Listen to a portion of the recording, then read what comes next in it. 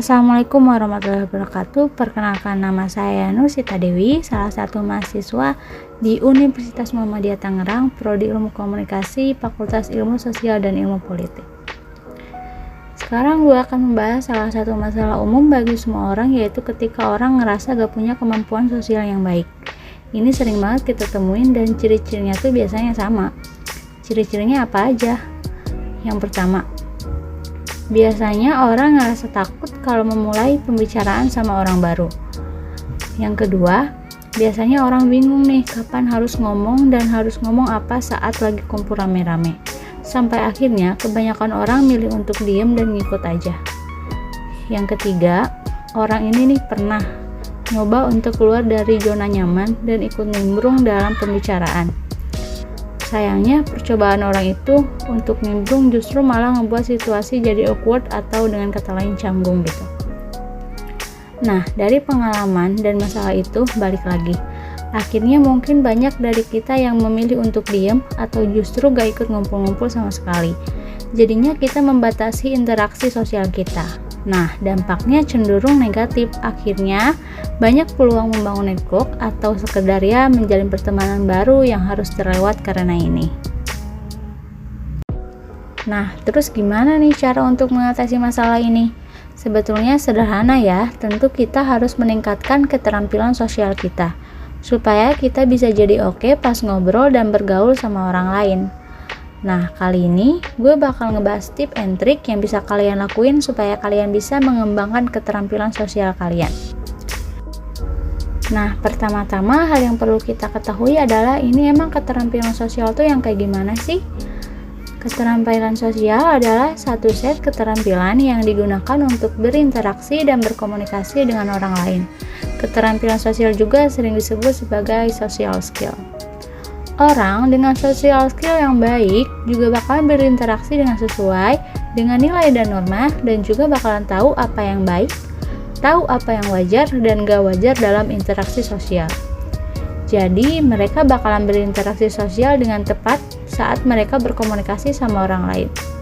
Nah, jadinya social skill ini juga bakal mencegah adanya kesalahpahaman, bakal mencegah adanya konflik, dan juga bakalan mencegah adanya hal-hal yang tidak diinginkan ada dalam situasi sosial. Nah, terus kenapa sih sebaiknya mengembangkan keterampilan sosial kita? Social skill yang tinggi itu sebenarnya banyak manfaatnya. Pertama, social skill itu bisa ngebantu kita untuk memulai interaksi dengan orang lain, dan juga berperan dalam mengembangkan dan juga menjaga hubungan. Nah, kalian juga bisa menjadi pendengar yang baik dan terhubung secara emosional dengan orang lain. Akibatnya, hubungan kalian dengan orang lain itu jadi lebih dalam dan juga jadi lebih berkualitas. Nah, hubungan yang berkualitas ini juga bisa ngebantu kalian untuk menghadapi stres. Kenapa? Karena support system itu lahir dari hubungan yang dekat dan berkualitas. Orang yang punya support system yang baik bakalan lebih mudah untuk bangkit dari stres dan juga lebih mudah untuk bangkit dari masalah. Hubungan yang berkualitas juga dengan orang lain juga bisa mendukung kesehatan fisik kita dan juga dapat memperbesar peluang sukses di karir. Jadi, itu adalah berbagai manfaat dari mengembangkan keterampilan sosial. Nah, sekarang tinggal gimana nih caranya supaya kita bisa terbuka dengan orang lain, dan gimana sih caranya biar kita bisa mengasah social skill kita. Yang pertama ini sederhana banget. Intinya kalian harus nyoba untuk senyum. Ketika kita memulai interaksi dengan orang lain, kita gak bisa kan selalu ngarepin orang lain yang menghampiri kita duluan, tapi kita selalu bisa memulai interaksi dengan senyuman. Kalian bisa mulai senyum sama rekan kerja, teman, atau dengan keluarga. Cara yang kedua, ingat, jangan takut untuk nyari bantuan. Mungkin nih kalian udah beberapa kali ngelihat iklan mentoring, konseling, atau kelas online.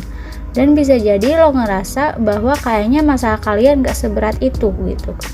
Atau sebaliknya kalian ngerasa layanan-layanan ini gak bakal ngasih solusi yang oke, karena kalian ngerasa masalah kalian udah parah. Well, kalau memang kalian udah mengatasi kecemasan di situasi sosial ini sejak lama dan ini udah ngeganggu kalian atau membuat kalian ngerasa rendah diri, ingat bahwa gak ada salahnya untuk nyoba konsultasi ke profesional. Kenapa?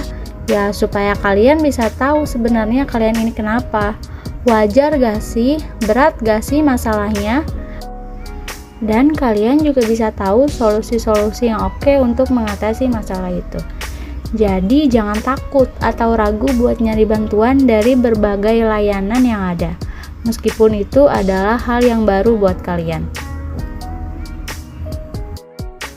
Yang ketiga, kalian bisa beranikan diri untuk nyoba berbicara di tengah kelompok dan usahakan omongan kalian tuh didengar.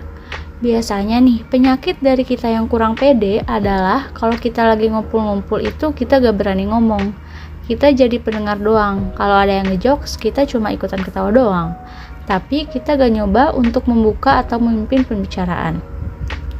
Nah, mulai sekarang pas kalian lagi ngumpul-ngumpul sama teman atau keluarga, kalian harus nyoba untuk bicara.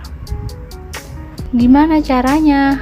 Jadi, kalian perhatiin aja pembicaraannya dan kalian go with the flow sama percakapannya.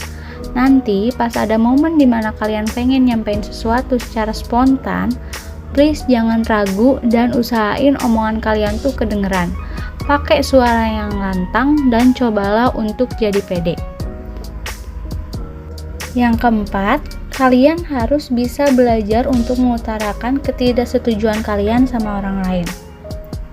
Tapi ingat ya, kalian harus melakukan ini dengan cara yang tetap konstruktif. Usahakan untuk gak menyinggung perasaan orang lain. Ini sebetulnya berkaitan banget sama masalah satu skill komunikasi, yaitu komunikasi asertif. Keberanian untuk bilang dengan lugas dan tetap sopan bahwa kalian misalnya keberatan, tersinggung, marah, atau kecewa terhadap orang lain. Ini menunjukkan bahwa keterampilan sosial kalian udah terlatih. Jadi, kalau kalian ada ketidaksetujuan sama teman kalian, usahain untuk bilang aja, jangan gak enakan.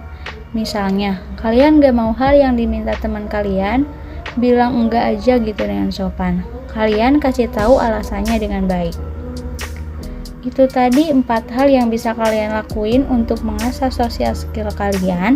Seperti keterampilan lain, semakin diasah, kalian pasti bakal semakin terampil dalam menghadapi situasi-situasi sosial. Ingat bahwa berinteraksi sosial dengan baik bakalan ngasih keuntungan buat diri kalian sendiri.